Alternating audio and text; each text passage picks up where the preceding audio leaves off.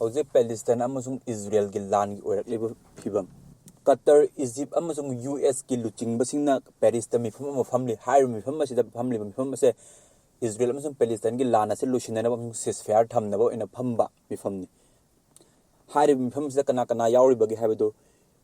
US Qatar amasung Egypt na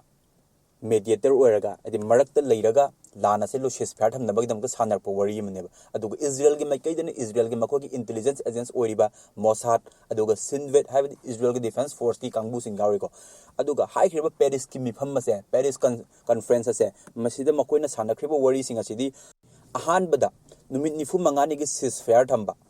aduga ani subada Palestine kangbu sina phasal laga thamgriba Israel gi hostage singa se masi thadorakpa aduga Palestine gi prisoner oina leiriba Israel gi mi singa se masi thadorakpa ani so da mokoina palliba se Israel de Palestine gi prisoner oina leiriba mi singa se masi makoi gi mi chama dagina chani yankai phobugi sang thadorakpa habidi Israel gi hostage amon thadorakpa da Palestine gi mi chama dagina chani yankai pho thadorakpa haiba masi gi point singa se yaroga khannaba meeting amane adubu hairiba meeting ase Israel gi kangbu dagidi makoi di Israel gi prime minister amasung Israel gi makoi gi mihut chiliba kangbu dagidi masi gi hairiba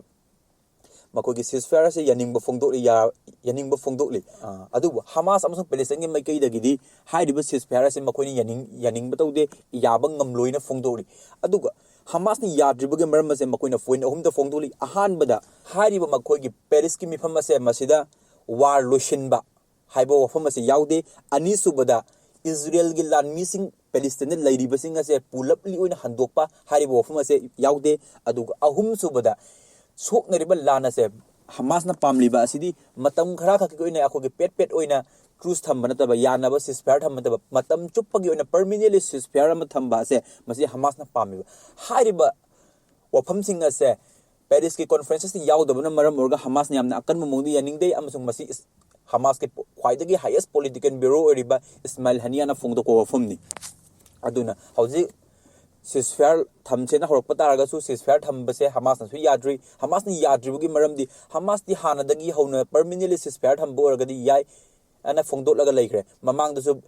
Israel ki prime minister Benjamin Netanyahu na fongdo rokpa laikre tha ani thamche na du Hamas ni yakide yadri basti Israel na pamli ba asina matam khara thamaga makhogi hostage singa se pulap thadok po loiraga amuka hallaga Palestine invest tawba Palestine invasion changba khudum tansen bo ot pa nei ba se masi pame ba adubu masi Palestine kangbu am Hamas nanti masi khangba na maram orga makhoini yaba ko bo leite adu nakal amarom dana haukiba nongmajing numita Israel da makhoi conference haiba conference se yauri ba singa se Israel gi minister sing yauri aduga makogi lawmaker aduga Zionist ki organization mayam yaruga makogi apunbu oina Gaza Strip ta hallaga yum saba resettlement plan ase masigi mayokta US amasung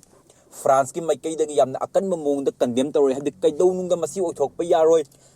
Palestine gi marai bag lep kadaba se Palestine gi praja sing amasung Palestine gi state ama phangba matam da lep kadabani haiduna phongdoroli France ki president Emmanuel Macron na aduna maram oiraga huzik pham kriba nongmajing nungmit ki makoi conference ase yamna akan mamong da mokhoni yaningde America amasung France na sairakhraba matungda Israel gi defense minister na thajaba pirakli madudi resettlement plan ase Gaza da kaidaw nungdu oithokhaloi mahakna defense minister oiri fawbadi na man thajaba piri adubu hairiba resettlement plan ase oithokadoribra or oithokloidra haibado adubu hairiba resettlement plan ase Israel gi defense minister so oithokloi piroi na mana fongdokli adu masi kadai phobo chumdori no kadai pho oithokadori no haibase masi de akhoi kana su tambangam de khangmangam de maram de Zionist ki makogi agenda yamna pak sawi makoina pamli base greater Israel am thambani from river to sea hare ko masi se hoje oireba Israel dagina Jordan river phone ko makoina control to pamli base aduna haiba kari su ngamde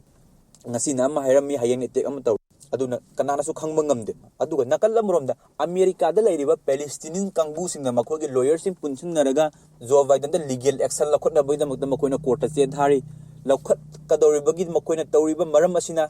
Israel na Gaza Strip ta genocide tawriba ase masi se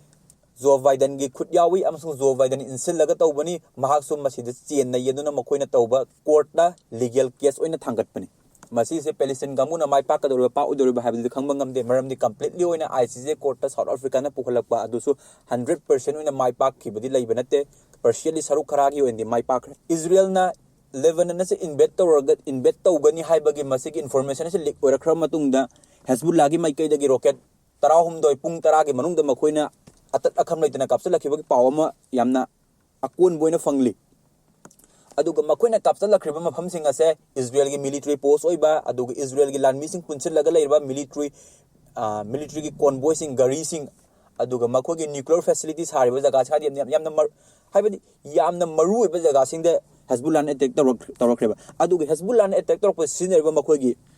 missile asna burkan missile hai aduga rocket asna falak rocket hai go aduga falak hariba missile asna Iran sabani aduga burkan asna Iran mateng pangla makogi Hezbollah amsung Lebanon kanguna saba rocket ni ana fongdokli adubu lan na si hujik ceasefire amarom de ceasefire na kalamarom de lakpagi mami ama tari adubu masi Hamas na yadaba taraga su makoina force sizinari go adi yadaba yaro Israel kambu su resettlement tawba yaro ina makoina na kalani makida wadi hairi adubu kari oira kador bino habidi khangmung ngamde adubu hujik khanari base Gaza strip ta makoina invasion changkhaba otpa naiba loikhra matungda amuka hallaga Lebanon se invade tawrakadra haibase masidi international gi oiba source atoba mi sina phone to ko fam de leiribani